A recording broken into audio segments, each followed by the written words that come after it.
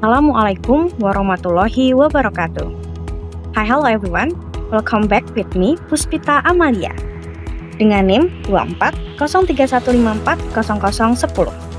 Pada kesempatan kali ini, kita akan membahas materi yang sangat penting. Kira-kira ada yang bisa nebak nggak kita akan bahas materi apa pada hari ini? Pada kesempatan kali ini, kita akan mempelajari materi yang erat kaitannya dengan listrik. Teman-teman pasti sering melihat alat seperti baterai, lampu senter, dan juga aki mobil. Kira-kira bagaimana ya prinsip kerja alat tersebut hingga dapat menghasilkan listrik? Untuk itu, mari kita pelajari bersama-sama pada kesempatan kali ini. Materi yang akan kita pelajari adalah elektrokimia. Elektro berarti listrik. Kita akan mempelajari hubungan antara energi kimia dengan energi listrik pada kesempatan kali ini. Untuk itu, simaklah baik-baik penjelasan berikut ini. Elektrokimia terbagi menjadi dua jenis, yaitu ada sel volta dan sel elektrolisis. Yang akan kita pelajari pada kesempatan kali ini adalah materi sel volta.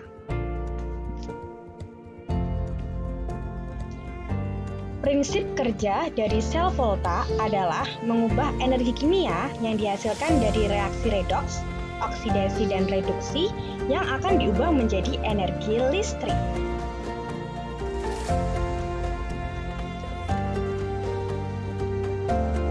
Selanjutnya, kita akan mempelajari bagian-bagian dari rangkaian sederhana sel volta. Pada rangkaian sel volta akan terdapat dua larutan elektrolit atau larutan yang dapat menghantarkan listrik, dan juga akan ada dua lempeng logam, yang berperan sebagai elektroda, di mana salah satunya akan berperan sebagai anoda dan salah satunya akan berperan sebagai katoda, dan diletakkan pada dua gelas yang berbeda. Setelah itu, kedua lempeng logam tersebut dihubungkan dengan voltmeter. Kemudian dihubungkan juga dengan jembatan garam. Biasanya jembatan garam yang sering digunakan adalah NaCl atau natrium klorida. Lalu, bagaimana cara membedakan logam yang berperan sebagai anoda dan katoda? Untuk itu, simaklah penjelasan berikut ini. Logam yang berperan sebagai anoda mengalami reaksi oksidasi dan dihubungkan dengan kutub negatif langsung pada alat voltmeternya. Dan biasanya logam ini memiliki E0 sel yang lebih kecil.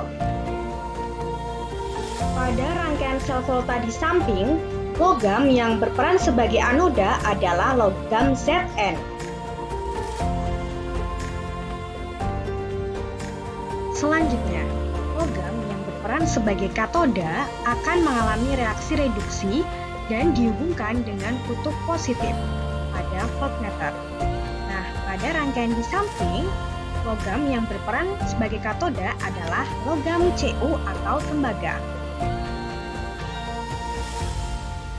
Lalu, bagaimana reaksi yang terjadi pada katoda dan anoda? Mari kita simak penjelasan berikut ini. Pada katoda, seperti yang kita ketahui tadi, akan terjadi reaksi reduksi. Akan terjadi reduksi oleh tembaga 2+ yang mengikat 2 elektron menjadi tembaga. Kemudian, di anoda akan terjadi reaksi oksidasi, di mana logam Zn akan melepaskan elektron menjadi Zn2+. Sementara jika katoda dan anoda digabung reaksinya akan terjadi reaksi redoks pada gambar di bawah ini, di mana Zf plus Cu2+ menjadi Cu plus Zn2+.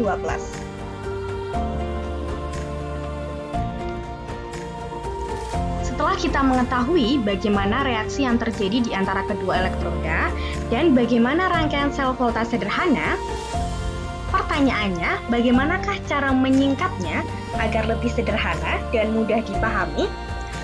Selanjutnya kita akan belajar tentang notasi sel atau diagram sel dengan urutan anoda, ion katoda, kemudian katoda. Antara anoda dan katoda dipisahkan dengan dua garis lurus yang melambangkan jembatan garam. Kemudian antara logam dan ionnya dipisahkan dengan satu garis lurus yang melambangkan perbedaan fasanya. Dari rangkaian sederhana sel volta tadi, maka notasi sel atau diagram selnya dapat ditulis Zn garis Zn2+, 2 garis Cu2+, garis Cu. Selanjutnya, kita akan belajar tentang bagaimana cara menghitung beda potensial atau E0 sel pada rangkaian sel volta.